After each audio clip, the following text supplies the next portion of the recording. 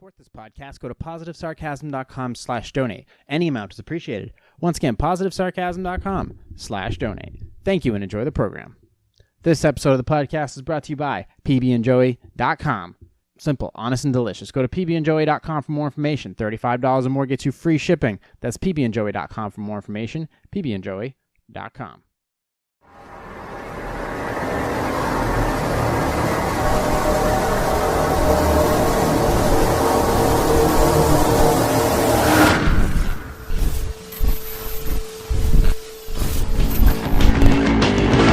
PositiveSarcasm.com, recorded here at the Spare Parts Studio that I built with my bare hands, my bare Jewish hands. Recorded here at Spare Parts Studios. You can find me on iTunes, Stitcher, Google Play Music, iHeartRadio, Podcast Addicts, Castbox, Spotify, all the places and the people. That's absolutely free. It doesn't cost you a dime unless you want to donate to that case. You can go to positivesarcasm.com. Okay.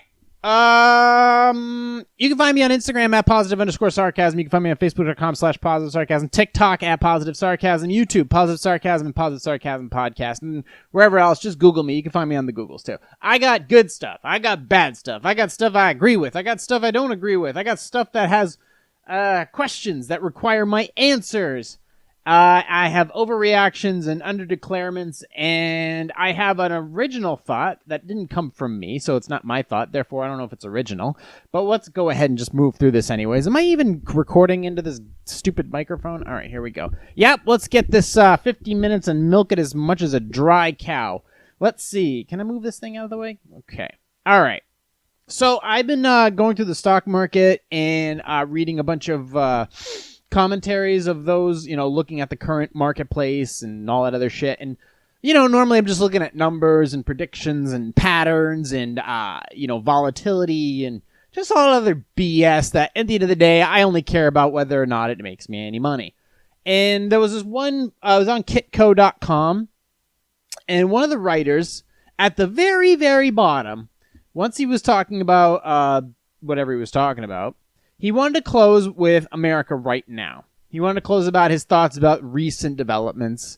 And I figured I'm going to read what he said word for word, just regarding everything. And it's a true statement that pretty much applies to everyone. So I will read this thing word for word. And it's important that I first of all, I like the statement. It was not done by any celebrity, because it's one thing for me to criticize somebody like Alyssa Milano, but then say that Denzel Washington knows what he's talking about. So that's why, it's one thing you have to catch yourself in when you say that somebody else doesn't know what the fuck they're talking about, but then you go ahead and it's a celebrity, but then you say this celebrity is saying the right thing, and then it's like, well, now you're a hypocrite. And my job as a hypocrite is to point out other hypocrites. You see what I'm saying? Anyways, here are the notes. I'll read this exactly as Kitco wrote it. America has always been a bastion of free enterprise, filled with racial, gender, religious, social, and financial polar extremes. What makes it work is that people realize that they are in control of their destiny. Our policemen, politicians, business leaders, rags to riches stories, protesters, and bad actors are not aliens, but the product of our collective way of life. I will go to my grave believing that anyone who puts every fiber into his being into the pursuit of an elegant lifestyle is willing to make the sacrifices and to listen to mentors can succeed beyond their wildest imagination. This is how countries change, one by one. Books altered my life from end to end. Books opened my conscientiousness. My consciousness. Books opened my consciousness to worlds that were foreign to me. Books gave me entry to networks of people that would not consider me otherwise. Books proved to me that most people are not independent thinkers, but followers. Books forced me to think big. Are there innumerable cases of corruption and injustice? Are there more events of wrongdoing each and every day? The answer is a resounding yes. The second you internally believe with all your mental capabilities that no government, no boss, no neighbor, no family member, nothing outside of yourself can shape you or hurt you unless you allow it to. You are made free. You will not change. You will not wait for change from others, but you will do it yourself, upon yourself. The rest is out of your control. Nothing truer said than that right there. There are so many people out there that just see the facts and it is ingrained in them, or they haven't been properly educated or raised to maintain focus, maintain discipline. So it's at a moment's notice they don't get what they want, or they don't get what they think they want. They just burst out in anger because they have never ever had an opportunity to take responsibility of their own life and create the things that they truly want. I think Morgan Freeman said it in a movie. He's like, yeah, people don't get what they want every day, but when have they had a clue about what they've wanted? Do you know what you want in your own life? Can you call bullshit the moment you see it? Are you aware of how long it takes to put something like this together? Do you understand the sacrifices that I make? Let's put it in my perspective. Putting this podcast, the studio together, took me an afternoon. Like just moving the furniture in, coming up with the ideas, painting the table, adding in little knickknacks. The foundation of this thing was set up within a few hours. Collecting the merchandise, upgrading it, adding to it. This took years. That took years of doing. To create this podcast the way it is now took years. Took 6 years. So that's and you know what? And I'm getting older, so it's harder to teach an old dog new tricks. Or let me put it this way. It's longer for me to unlearn, because when you're younger, you don't unlearn. You just learn. You learn bad habits, good habits, discipline, creativity, different languages. You learn faster. But as you get older, you have to unlearn. You have to unwire and rewire certain aspects of your life. But as you get older, you have more responsibilities. As a kid, you can just, what's this? What's that? How does that work? Why does it work this way? I don't understand. Blah, blah, blah. That's different. Now we have built-in responsibilities for the world that we live in. We have responsibilities at that time to do what is necessary to get through that day. And every 5 to 10 years, something changes. And whether we learn to adapt to it or optimize it is another thing altogether. But some people, for example, if you're a doctor, it takes you 10 years to get through medical school. But by the time you get through medical school, science has changed. Medical science has changed. So you have a doctor who spends 10 to 12 years doing neurological science, gets a degree for it. The science has changed. So how do we change this? How do we optimize the opportunities that we have in front of us now in order to have a better, healthier, more understanding culture, family life, job environment, small business ventures, just overall lifestyle? It takes people so long. First of all, you have somebody that at the age of 18, they start entering medical school. By the time they're 30, they're out. They're $500,000 in debt. They work for a company, and they're already 30. So now they're relying on the training that they have from the last 12 years of science that constantly evolves or devolves. And then they have to, on top of all that, fulfill their administrative duties in order to maintain employment, unless they're an independent doctor. So looking at all of this, seeing all these angles, and understanding all these angles, it's much harder for you to make an educated make a decision in the best interest of somebody else and continue to learn. When you just got shoved 12 years of knowledge, and then nowadays with technology constantly evolving, it's all different now. You imagine like you go into it. Let me dumb it down. Say you spend 5 years in a hole. 5 years in a hole learning one specific thing. And then as soon as you come out of that hole, everything's different. Everything you learned, or the vast majority of what you learned is bullshit. And you have to now you have to unravel that entire ball that is your brain and then redo it. Does it make sense nowadays to be a master of one instead of a jack of all trades? Which way is it? Should you be a master carpenter? Yeah, maybe. Should you be a master brain surgeon? I don't know. I'm trying to figure this out altogether. But at the same time, I know that I don't have the skills to be an excellent guitarist. I'm sure if I really tried hard enough, I could be a good guitarist. I know if I trained, if I practice for hours on end, I could be a good guitarist. I know if I practiced really hard or trained really hard, I could be a good basketball player. But I won't be in that 1%. I know that. I have to accept that. But I know that if I dabble in a lot of different things, I have a chance to do something really powerful with my own life. So if I learn a little bit of technology on how to podcast, I learned how to edit I learned how to edit video. I'm not the best video editor, not even close. But I know how to do what I need to on the fly faster than others, and I can produce a better product than most. But the thing is I've come to be able to do this all on my own.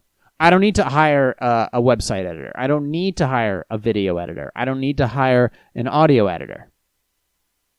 There are some things that I hire out to do, like, for example, voiceover work. I have a girl that's specifically for that. Because if I need to, I can learn how to create my own guitar. If I wanted to learn guitar, because it made financial sense for me to learn guitar, I'd learn guitar. I can't be voiceover, though. That's the one thing, that isn't my thing. That takes too much time and effort. I have a person who I would bill for that. That's different. That is a trait that requires a lot of time and effort and money. And sometimes just you're born with that talent. And it just makes sense to, instead of being a jack of all these trades, where I do some voiceover work, but mostly for just concepts that I dabble in. But if I'm going to be doing professional work, it makes sense to put that out there to somebody who's a master in it. But I can at that point, I can continue to be a jack of all trades, where it's editing video, flying drones, podcast stuff, all this other shit. That's where I'm a master of. I'm a master of being a jack of all trades, because it allows me to get through each and every day as efficiently as possible. And it also allows me, according to this article, according to this commentary here, my mental capability, the government, bosses, neighbors, family members, they affect me minimally. For example, mental capabilities. Mental capabilities has a lot to do with my physical appearance and my mental fitness, mental and physical fitness. My mentality is I get what needs to be done as soon as it comes to mind. I take care of myself physically so that my mind and body are in sync 24/7. I take not medications, supplements, so that I don't have to ever take medications. So my mental capability, I make sure that I internally believe that my mental capability is free from anyone else having to make decisions regarding it. Because they have in the past, they can't now. The government. How has the government affected my life? Financially, they're involved in it all the time. Financially, I have to pay taxes. Financially, I have to obey federal laws. Financially, I can't fly my drone into a fucking airliner or fly above a certain height, 400 feet normally. But their interference, especially recently, has been minimal. Minimal, I think. So I work in a range where they have very little involvement in my life, which is great. Now, when there is an issue, I bring it up, but for the most part, I don't have to bring government into this. That's what's so great about this podcast. I don't have to talk about politics. No boss. I put myself in a position where positive sarcasm, I am my own boss. I have contractors, I have people that I do have to answer to, on a daily basis. But at the end of the day, you pay me to do a job. Okay? Simple as that. You pay me to do a job. But you're hiring me for my creativity. And the most part, we all have bosses that we answer to. How much you want those bosses involved in your life depends entirely up to you. We all have choices that we can make. We all have bullshit that we have to put up with on a daily basis. But you can put yourself in a position where your boss doesn't affect a vast majority of your day. Okay? There are some things that are out of your control, but you can put yourself in a position where it's... People complain about their bosses all the time. They do. A lot of the times, though, it's their own damn fault. Chances are you're not where you want to be in life because of you. You're the only person standing in your way. So that covers mental, government, and bosses. Neighbors. I don't piss off my neighbors. I actually, through the effort of my appearance and the things I do outside, on the outside of appearance outside of my house, my neighbors respect and appreciate what I do. And I'm on good terms with all of them. So therefore, they don't affect my life. And if they do, it's very little. You respect your neighbors, they'll respect you. Family members. Family members is a tricky one. It depends on how much you rely on your family members. But they have to understand that you have your own life and you will make your own decisions. That's it. Family members, especially older ones, do the best they can to protect their last name. It's your job to protect your own beliefs and your own values. You were born, you now have your own set of values. They will evolve eventually that will slightly differ from your family members. Don't press what you believe upon your family members, and you make damn sure that they don't press what they believe upon you. You will have some similar values to them, but when it comes to your own independence, it's your job to make sure that when they press upon you, you respond not with aggression, but with a wall saying basically, hey, see this fence? That's where you are. This is where I am. Just make sure that you can do you. You do what you need to do to get through your day. I have my own values. Families fight all the freaking time. But like your neighbors, there are boundaries. You come together on common ground, and then we go our separate ways. You don't share fucking beds with you don't share a bed with your family. You don't do that. Metaphorically. Well, in general. But we go about our own ways because we have our own way of living life. Some people choose to get up at 6 a.m. Some people choose to get up at 8 a.m. Some people choose to get up at 4:30 in the morning. Why? Depends. If you need to get up an extra 15 minutes later, okay. Same goes for anything else in life. Some people like to go to the gym for 90 minutes. You go for an hour. Depends on your lifestyle. Depends on your life goals. Same goes for family. You got the way you talk to your mother, your father, your siblings, your kids. It's all in your control. Nothing outside of yourself. Once you are an adult, okay, who can drink, smoke, vote, once you're an adult, nothing in those, all those factors that I just relayed out to you should shape you to the point where you're no longer an independent. You're no longer an individual. You are free to do whatever you need or whatever you want in life if you're putting a true amount of effort into something. It takes a long time to get even a fraction of where you want to be. And you don't always make it. But the information you take if you do fail, there's a lot of information there to be had. I've been with other organizations as far as other startup companies, and I wasn't in control of them, and I didn't understand small business back then. Still don't really now. But having your own thing, just in general. I wasn't in control. They were. They shut it down. I was left with no country. But now, through years of trial and error and just making words with my face, same thing I'm doing now, I'm trying to relay to you that for the past 22 minutes, with everything going on, you are still in control. It's your choice where you start your business. It's your choice when you get up in the morning. It's your choice when to start, when to stop, when to fight, when to flight, when to speak, when to shut your mouth, when to hang on, and when to collect. You got to know that. You got to know that. Sometimes people just fly off the cuff. And when they do that, they have essentially throw everything away. Some fights are just not worth fighting. Some arguments are just not worth being had.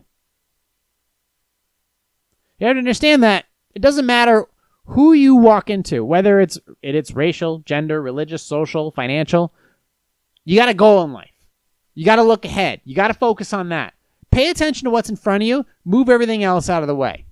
The vast majority of what you see and read on the news, what's going through your social media feed, it's nothing more than a distraction. It's nothing more than a distraction. So do yourselves a favor.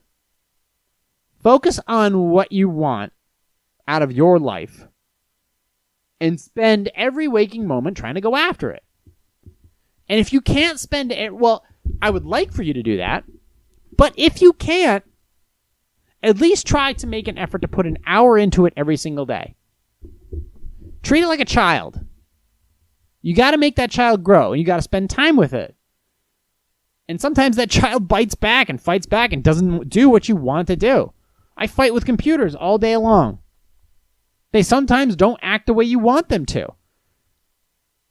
But if you stick with it and pick your battles, there are going to be avenues of success. And when you struggle, the more you struggle, at the end mark, when you've actually succeeded, that struggle is going to feel so much more satisfying.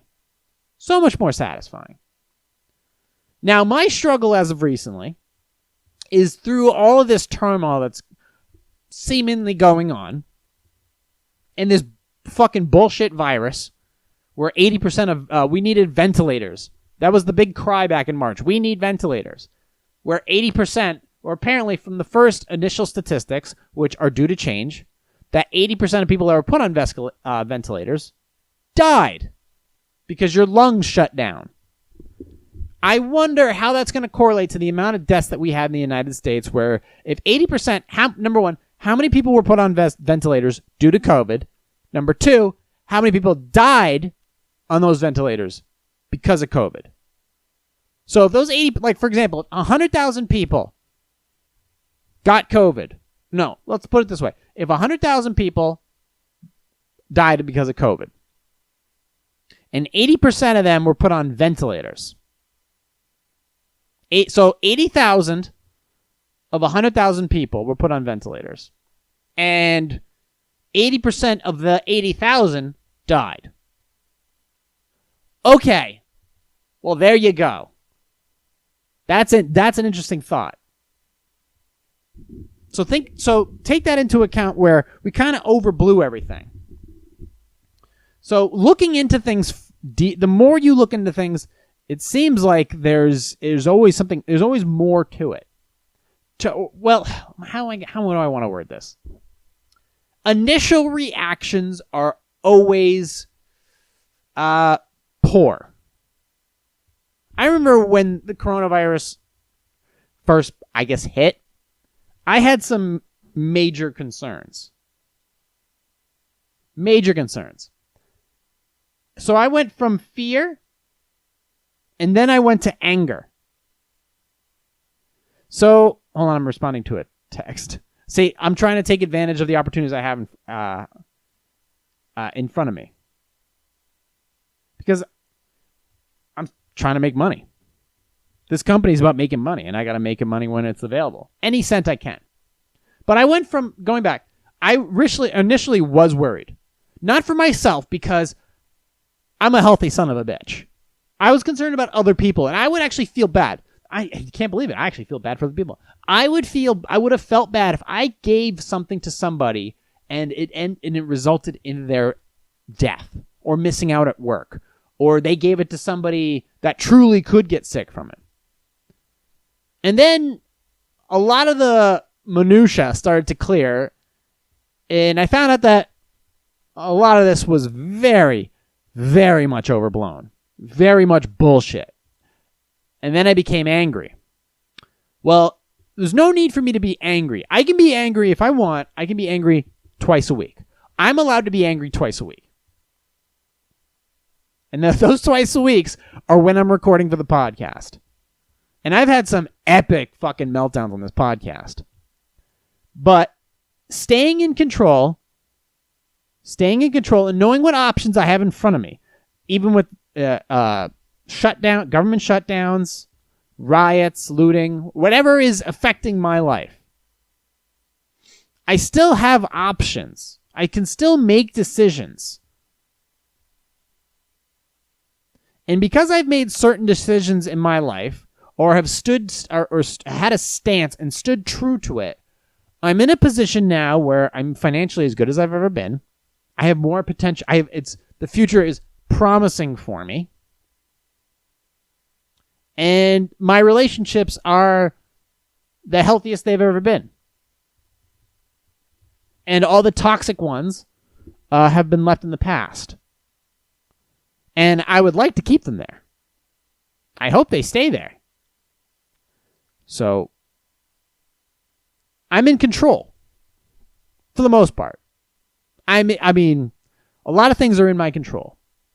Not everything. But I'm not blaming anybody else for my current status. Where I am right now is good. And it's because of me.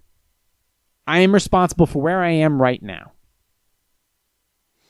And I can trace it all the way back to having a mother and a father. I had two people at home in the very beginning. And I also had a brother and a sister where I could take some of my aggression out on. My brother and I got along very well. My sister and I, not really. But those roles have reversed completely, where I don't talk to one. Well, they don't talk to me. And the other one, we talk all the time. And then I have her family as well. So it's like, okay, great. And then I had a mother and a father. And those two opposite ends allowed me to see very different spectrums of life. But it allowed me to investigate even deeper into the aspects of human nature. In the aspects of how we get our information, how we get our misinformation. Realizing that the problems you see out there in the world, people are dealing with issues where they ask you a question. Like, I read these Dig Q&As, and I see that people are dealing with the most tepid bullshit. But it's like, okay, well, if they're having problems figuring this out, then we've got a long way to go in general. And I realize there's a lot of misinformation out there. And I plead of you to, right now, less is more. Whereas, before you make any decisions, know right away that you need to investigate every which way you get your news sources. If you're on Twitter, you need to understand, is Twitter helping you be a better person? If yes, if Twitter is helping you make money, be a better person, be more informed, and be more educated, then stay on it. If not, get off it. Is the news, Fox News, MSNBC, CNN, who else? Huffington Post, The Hill. If they are helping you be more informed, make money, be a better person in your community, then stay on them. If not, get off them. If they're not helping you, delete them from your news feed, get them out of your life. If being on other social media, Facebook, Instagram, TikTok, Gab AI, Minds, ThinkSpot, TikTok, whatever, Snapchat, which ones are helping you, which ones are not? Look at all of them. You have to look. You really do have to look. How much of this shit is taking up your day from accomplishing the things you originally started out with? You could go in an Instagram hole. I remember when I used to go, I'd be on Instagram. Next thing I know, 20 minutes have gone by. I'm like, what the fuck am I doing? This isn't solving anything. It's not solving anything. At the end of the day, you're just looking at pretty pictures. That's really what it boils down to. When you're looking at Instagram, you're just looking at another form of Pinterest. You're just looking at fucking pretty pictures. It's not doing anything for you. However, if you are on there like, I'm on Instagram, I like Mustangs, I want to get ideas for Mustangs, for my Mustang. Okay, then you search that hashtag and you only focus on that one. Okay, then maybe that's the way it helps you. I can guarantee you, though, Mustang owners are not going to pay for Instagram's bills. They're not going to flip the bill for Instagram. It's not going to work that way. So it's not going to help you. It's really, in the long run, it's not going to help you. This guy says in this article, which is entitled Crash Landing by Kitco, where books, information from the beginning of time, whether it's metaphorical like the Bible, or, true to its word, factual information like encyclopedias, or financial data, or Alexander Solzhenitsyn, the guy who wrote the Gulag Archipelago, or Dante's Inferno. Books with true value and information behind them. Books on World War II and World War I. Books on the Holocaust. Books on Martin Luther King and the Civil Rights Movement. Books that give you proper information and insight on other people who did things as well as they could using the values they had. Information on if you want to learn jiu-jitsu. We'll start with the origins. Start with the origins of martial arts. Start with Bruce Lee and then move on from there. Because you don't want to be like, I'm going to take Taekwondo. I'm going to take Taekwondo and I'm going to learn how to do super fast kicks and I'm going to become a black belt in Taekwondo. And then a judo master comes along and fucking ropes the shit out of you. I just spent 10 years in Taekwondo and just got my ass kicked by a blue belt judo. Whose fault is that? Whose fault is that? So, becoming a jack of all trades has allowed me to look just deep enough in each one of these categories to where they affect my life not enough for me to falter. Every day is a little bit better. I watch the stock market. I no longer panic. I read the news. I don't get scared. I see what the government does. I ignore the vast majority of it. I don't pay attention to it. And in a lot of ways, I don't participate. I don't like discussing it because it only makes people angry. I say enough shit anyways that can make people angry. But I just ignore most of it. I try to find the information I see as a value that's going to make humanity better. The good stuff. Like, for example, Elon Musk drilling. Good thing. IBM no longer offering, developing, or researching facial recognition technology. Good thing. FCC granting 6 months extension allowing internet service providers to continue charging equipment rental fees. Bad thing.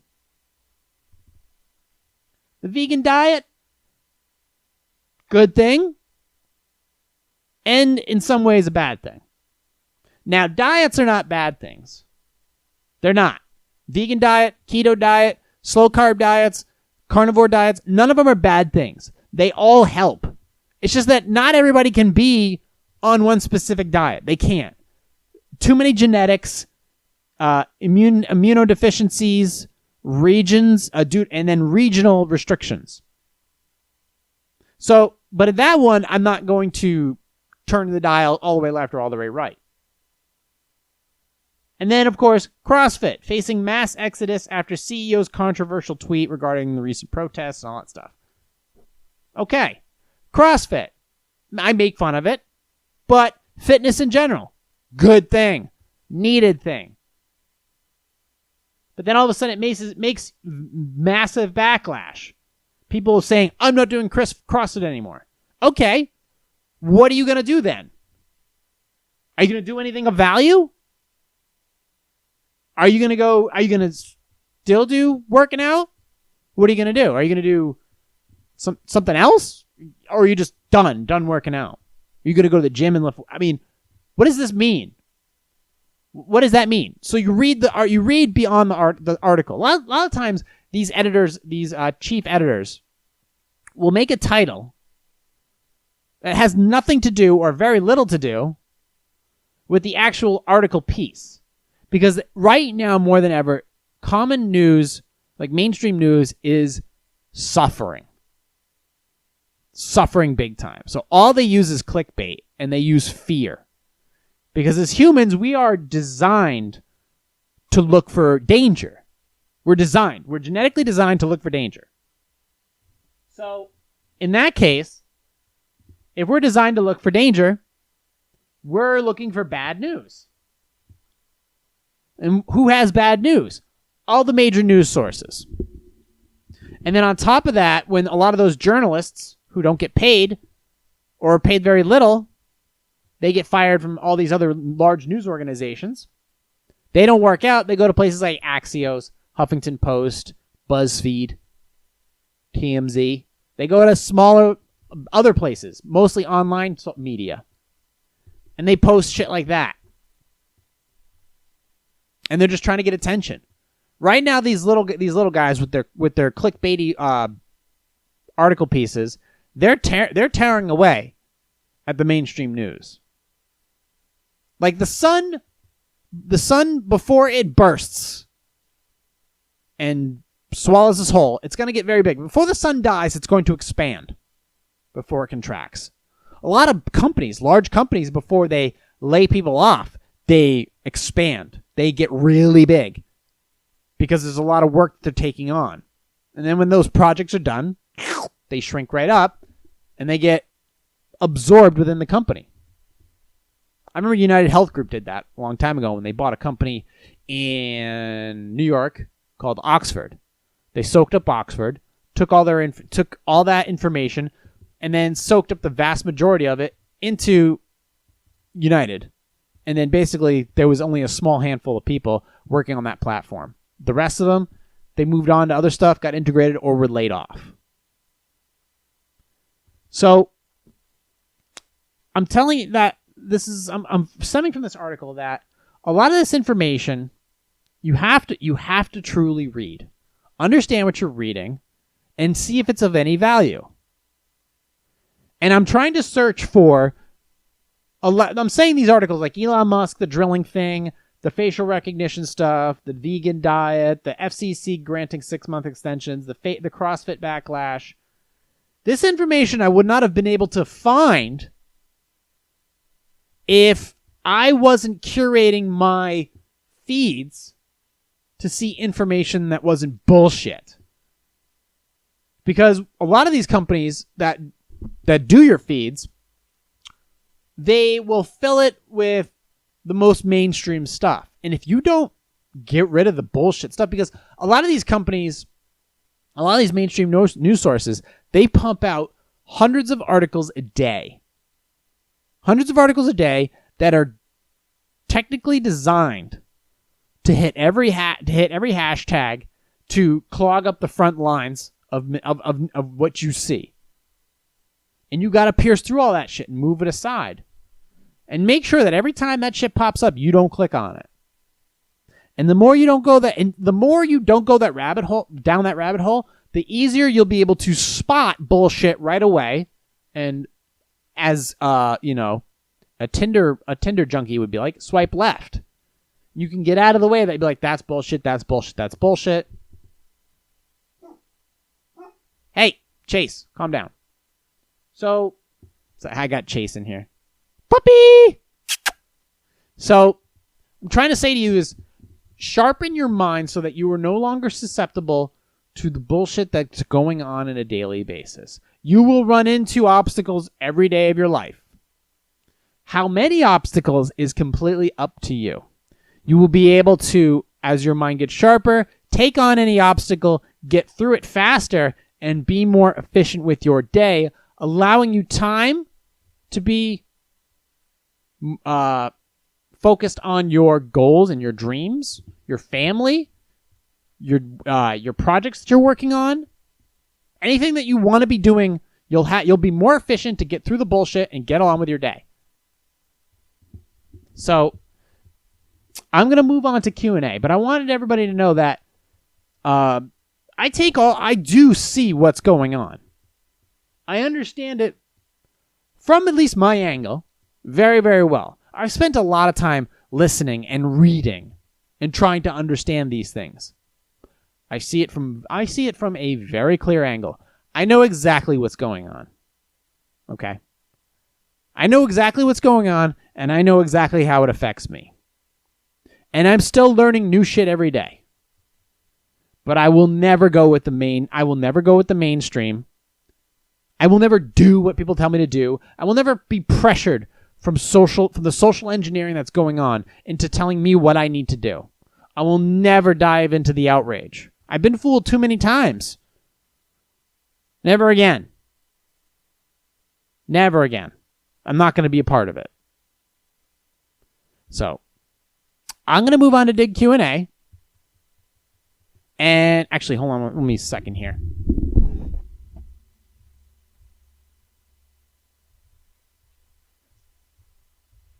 Anyways, sorry about that. So, I'm going to move on to Dig Q&A. I got Pupper here. I'm in the studio for another 15 minutes, and then I'm going to move on. Let's see. I do want to get to Q&A because I found some interesting ones that have everything to do with just a perfect example of why I like these Q&As is just we still have a long way to go in figuring out the most tedious bullshit in our lives. So, yeah. As humans, we're complicated. We're flawed. These problems that we have in our entire life not going to be fixed overnight. And sometimes they can't be solved with just serious talk and instant answers. Some things take a long time and a lot of frustration. And sometimes you have to solve problems through jokes. So, sometimes you got to joke your way through them. Sometimes you stumble your way through a lot of these problems in order to get to where you need to go. Sometimes they need discussion. So let's see. Like for perfect example, here's the first Q&A of the day. Sorry, I'm distracted. There's the UPS guy out there knocking on the door. There's a text message from somebody who wants to purchase some inventory that I have. There is, I got a dog in front of me. It's just, see what I have to put up with? See how hard my life is? I got distracted. This shit happens. But, I did make some money today. Pretty happy about that. Just from being a good guy. Isn't that right, buddy? Okay. All right. Here we go. Sit. There you go. Good boy. See, I'm a human being too. I'm not just this guy with this perfectly, formatted podcast. And I got a lot of love for this dog in front of me, my fans and my friends, and it's not perfectly curated. And sometimes I feel like I need to stumble through these podcasts. I remember when I first was doing it because I was just looking for content in general, but I sometimes like to just stumble through this podcast. I'm thinking out loud.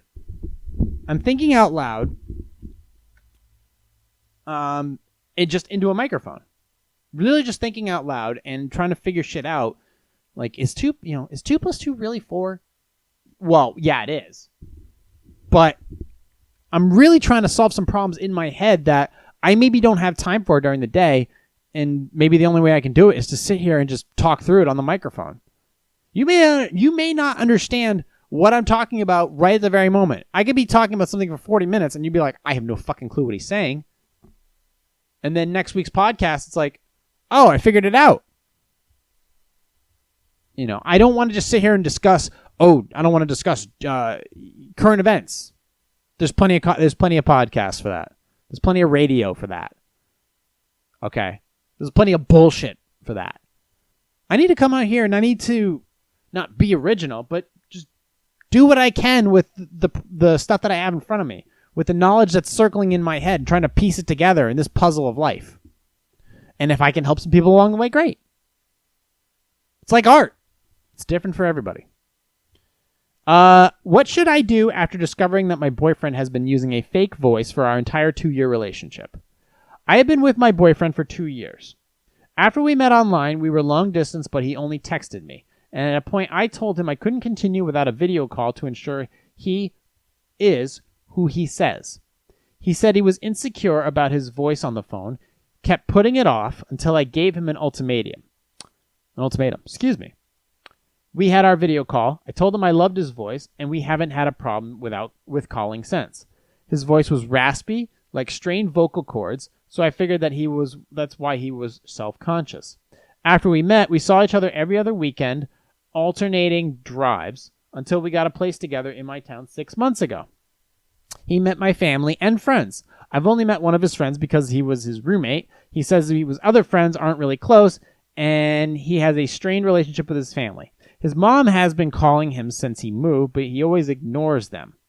Earlier this week, he actually took the phone outside and called her back, but asked me for some privacy. They talked for almost 3 hours. When he finally came in, he looked happy. I asked him how it went, and he immediately answered,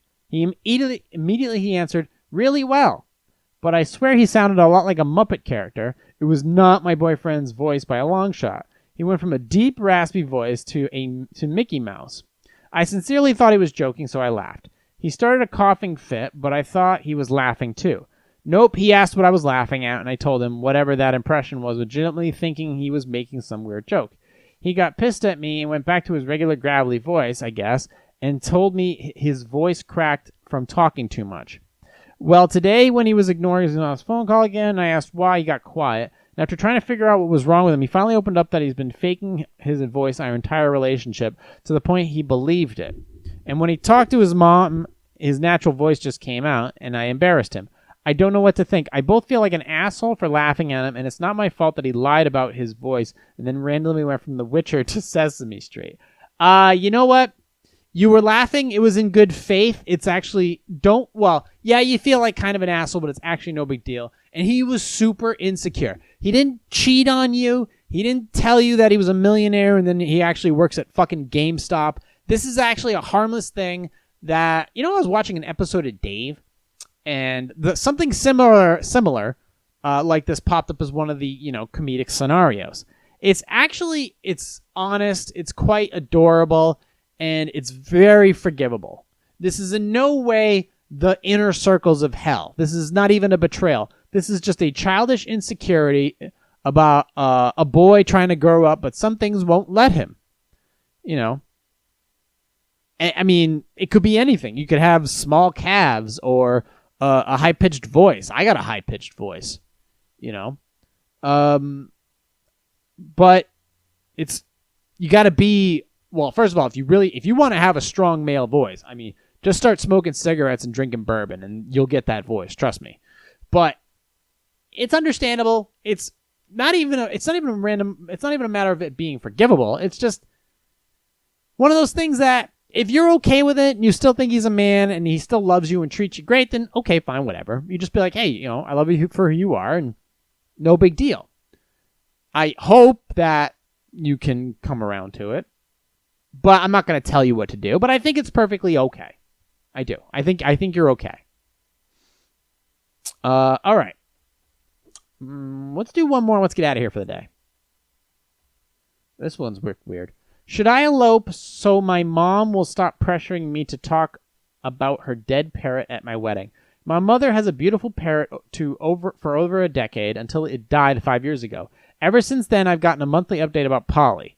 Think it's raining today. Polly always loved the rain. Or happy Halloween, missing Polly. I understand my mother's sadness at losing her pet and try to be supportive without letting our entire conversation be about Polly. My mother chooses to do whatever your mother needs to grieve, which means their house is basically a Polly shrine and discussion of getting another pet is forbidden. My fiance and I plan to get married next summer. My mother has already insisted someone mention Polly during my wedding. Originally, she wanted Polly mentioned in the formal speeches and among the family pictures at the reception. Polly-themed dessert and favors. I put my foot down and said my wedding will not become a bird funeral 6 years after the fact. My father told her she needs to toe down the Polly demands and told me I should do one small thing. He suggested Polly's photo incorporated into my mom's Mother of the Bride corsage. My fiance privately laughs about the whole thing and says we should elope anyway. I'm leaning toward eloping just to avoid dealing with my mom's bird grief on a day that was supposed to be about the love I have found with my fiance. I agree with your statement there at the end. The love that you have found with your fiance. I completely agree with that sentiment right there. That's what your wedding is about. You and the person you've decided to go through the best of times, through the worst of times, and work through your differences together. That's what it's all about. It's not about some fucking dead bird. I understand that as somebody who lost a father, that being a memoriam at a wedding, at a piece of a wedding, wasn't my decision though for the wedding. It was a small token that was on the bouquet that was thrown at the end of the wedding. That's it. Actually, no, that one was not. But it was a piece of the wedding, but it was a very small piece. Anything in memoriam is nothing bigger than that. But a wedding should not be about the bride and groom's family members. The wedding should be about the two people who are who are coming together for something that's sacred. It should be about nothing else other than that. And as far as the Polly thing, that's for you to figure out. Obviously, just get her a fucking dog. But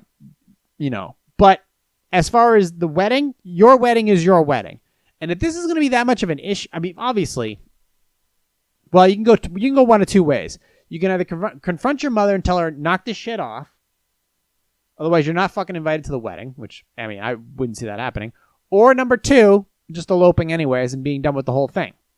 So you could go one of the two ways. I do wish you luck. I do agree with you that it is kind of ridiculous. No, it's super ridiculous.